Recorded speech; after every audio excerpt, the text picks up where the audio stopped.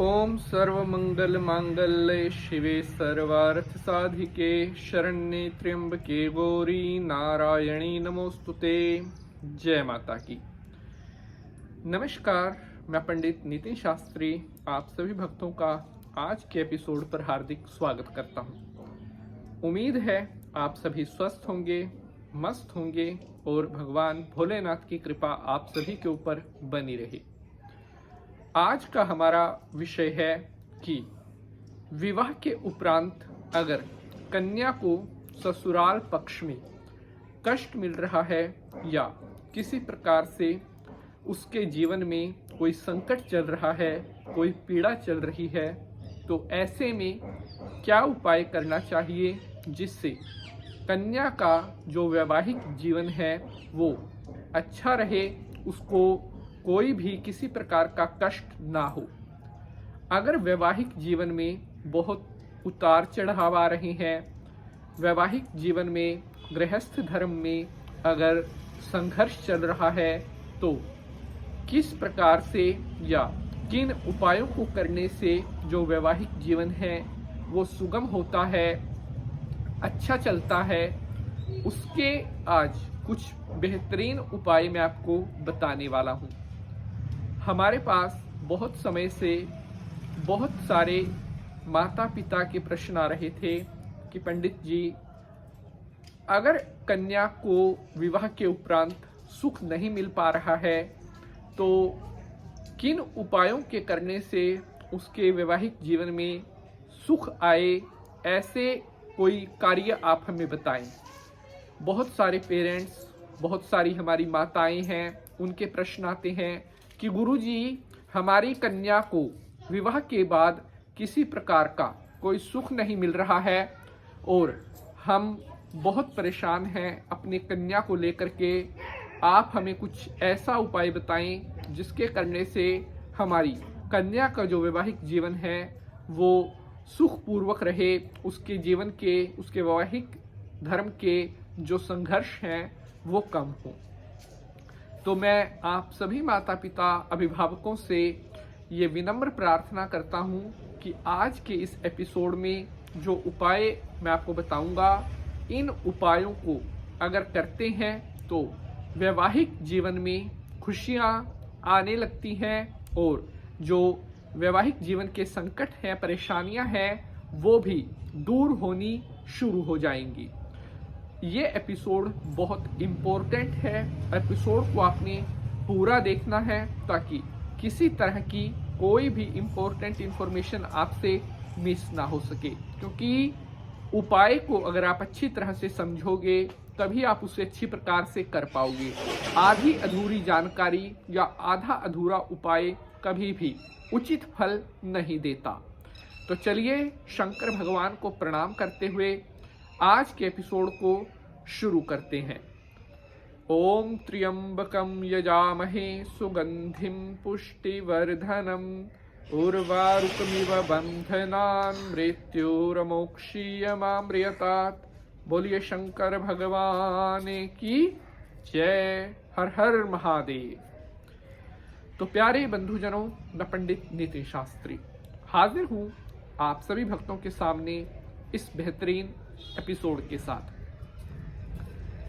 जब माता पिता अपनी कन्या का विवाह करते हैं, उस समय उनके मन में जो एक सबसे बड़ी चिंता होती है वो यही होती है कि पुत्री का वैवाहिक जीवन हर प्रकार से अच्छा रहना चाहिए।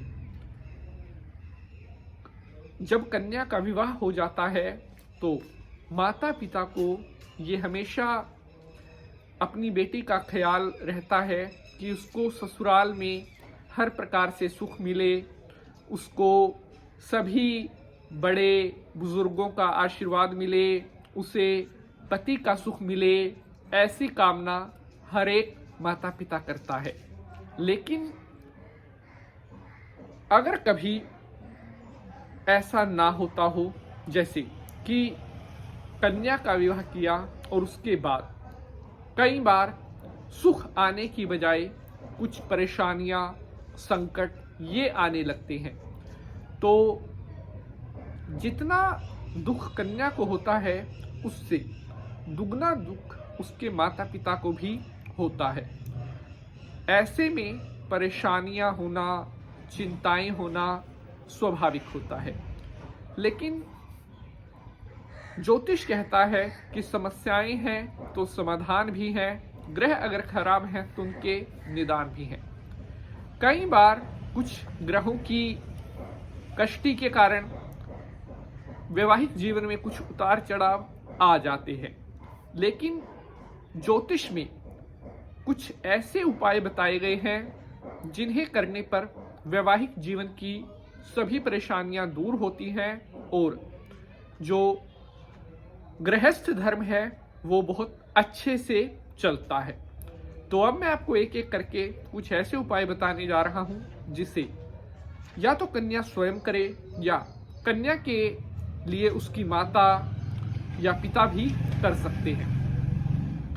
सबसे पहला उपाय, अगर कन्या के विवाह को थोड़ा समय हुआ है, जैसे कि मान लीजिए 2 वर्ष या 3 वर्ष या 4 वर्ष हुए हैं, लेकिन कन्या को ससुराल पक्ष में कोई पीड़ा हो रही है, कोई संकट हो रहा है, या यूं कह लीजिए कि वो वहां पर मतलब सुख को नहीं पा रही है, तो ऐसे में जो कन्या की माँ है या कन्या के जो पिता हैं वो अपनी पुत्री का नाम लेकर के, पुत्री का ध्यान करके, अगर पुत्री उनके पास अवेलेबल है, आई हुई है, या कन्या के पास जाकर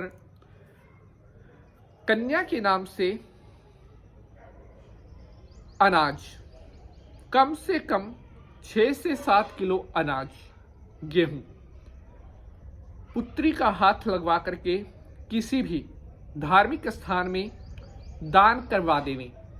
किसी मंदिर में करवा सकते हैं, अन्य कोई धर्म का स्थान है वहां पर 6 या 7 किलो अनाज पुत्री का नाम लेकर या पुत्री का हाथ लगवा करके ये बृहस्पतिवार के दिन किसी भी धार्मिक स्थान में दान करावें।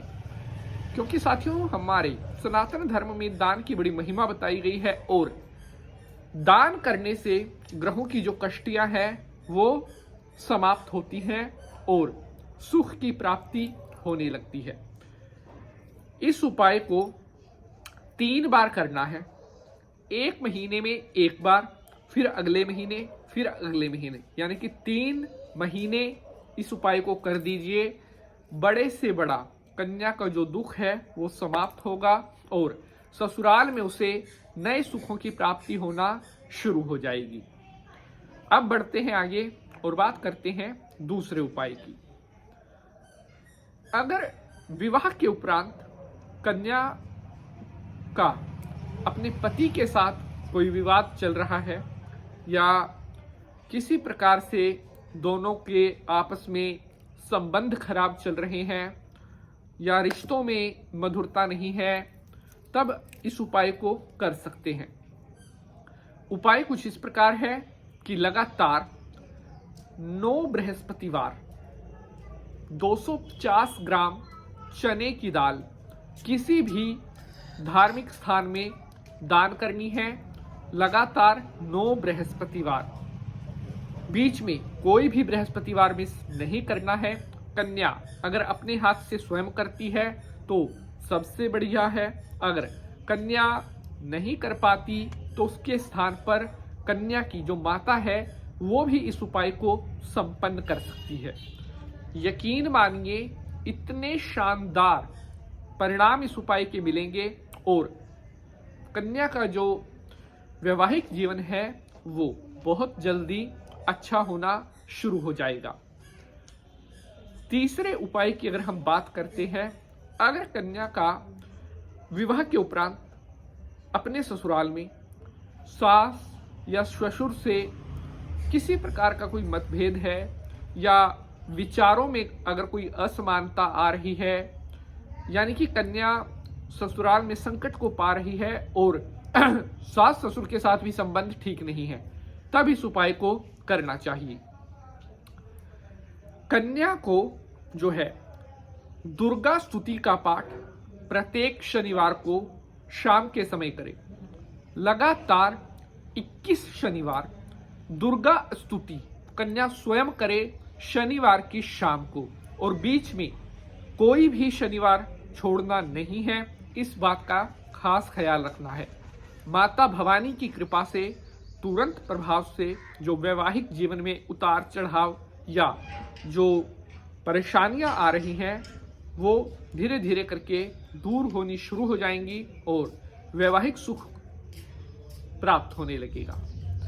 तो सभी माता पिताओं को मेरी रिक्वेस्ट है, अगर आज के एपिसोड से जुड़ा हुआ आपका कोई भी प्रश्न है तो आप कमेंट बॉक्स में अपना वह प्रश्न पूछ सकते हैं। आज के लिए बस इतना ही। अगले एपिसोड में आपसे मुलाकात होगी किसी नए विषय के साथ। तब तक के लिए जय माता की। हरिओम नमो नारायणाय।